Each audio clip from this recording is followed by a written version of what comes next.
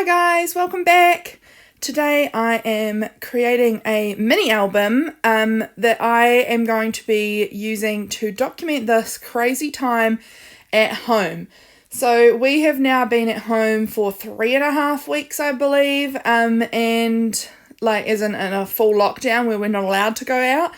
And at this stage, it's looking pretty good. Like probably next week we'll be out of that full lockdown, but there'll still be a long time, I think, where things will not be going back to normal. And so I decided I really wanted to document this time. Like, as scary and crazy as it is, I just think it is going to be something I'm going to find really interesting to look back on in several years' time.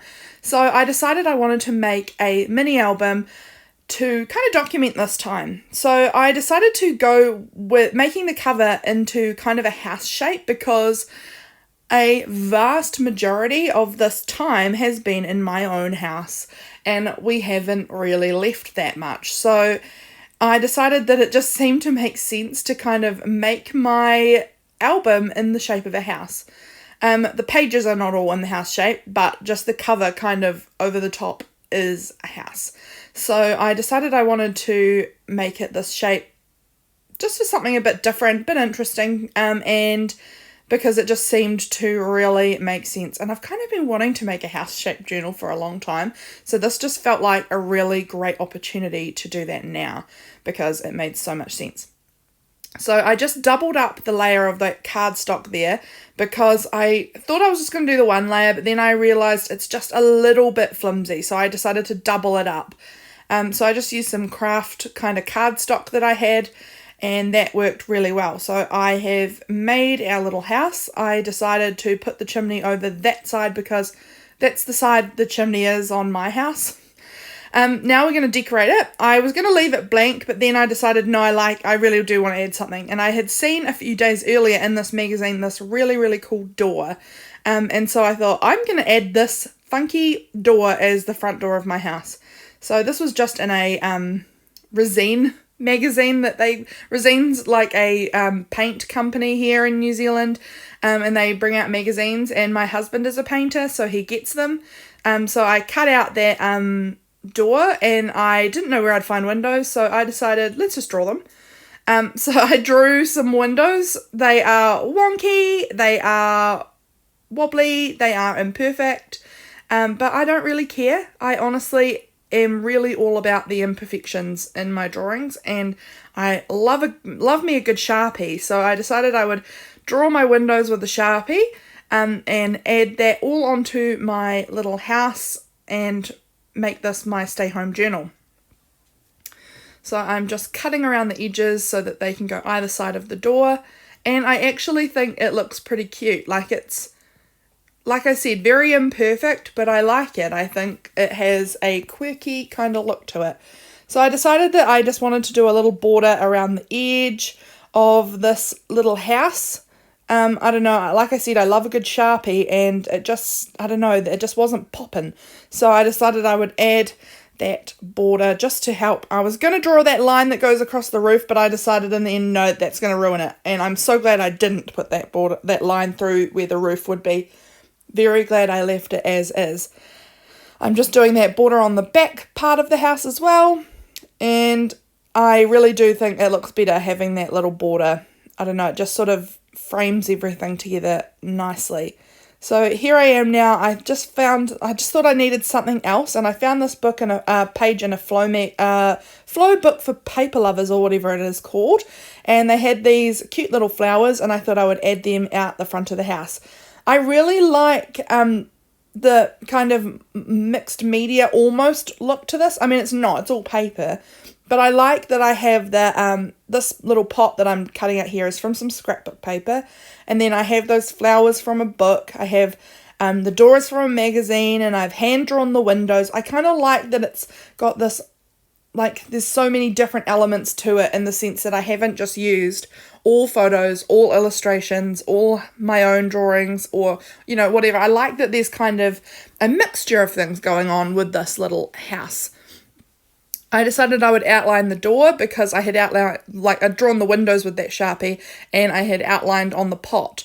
So I decided I kind of wanted that door to just sort of have a bit of an outline too, just to make it sort of pop. Then I add these little flowers on, and that is almost all I do. I do here go ahead and with my alphabet stamps that I have here, I cannot remember where I got these from. Potentially a store here in New Zealand, like the Warehouse or Kmart or something. I can't remember where I got these from, but I like them. They're a really good size, and I just decided to title this mini album Stay Home, because that has been the strong message that we have been given here in New Zealand, is that we have to stay home. Don't go out for anything other than just some exercise. Even if you can work away from everyone else, stay home. That's really been the push that our Prime Minister has given us. And then on the back here, I decided I just wanted to put 2020, just for in years to come. I don't know, I probably won't forget, but you never know, I might. So I decided I wanted to add that 2020 on the back there, so that there would be the date, just something to date it. So now I'm going ahead and I'm punching some holes in the side. I've got those book rings there, you can see on to the right hand side of me, and I'm going to make this a ring bound kind of journal. And I decided to do this because I honestly have no idea how long this is going for. No one does. We have no idea. So this way I can add more pages, I can remove some if I added too many. I can just sort of work it so that it matches with actually how long I am going to need this for. Like, because I don't know how long this is going on for, I kind of wanted to just make it changeable. I don't know. Do you know what I mean? Here I'm just grabbing a bunch of different papers out and trimming them down to be kind of the size that will fit inside of those little houses. I do leave them long so that they stick out the top, and I really like how that looks, but I don't make them stick out the sides. Don't know why, just didn't. Yeah, so I've picked out, a lot of them are from the Flow Book for Paper Lovers or Flow magazines, because they have such cute little housey scenes, like the ones with that you can see there with the little plants and rugs and cats, and there's a little home office little thing, and yeah, there's just a lot of cutesy little home bits and pieces. So I have just gone ahead and pulled those ones out.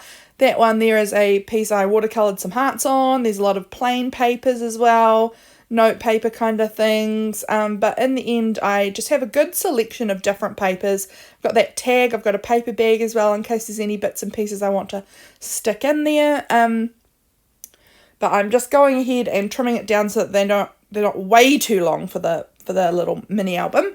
But yeah, I really like how this all pulls together in the end, and so I'm just trimming things down here to get them so that they all sort of fit kind of the right size for the album, and then I'm going to go ahead and punch the holes, I think.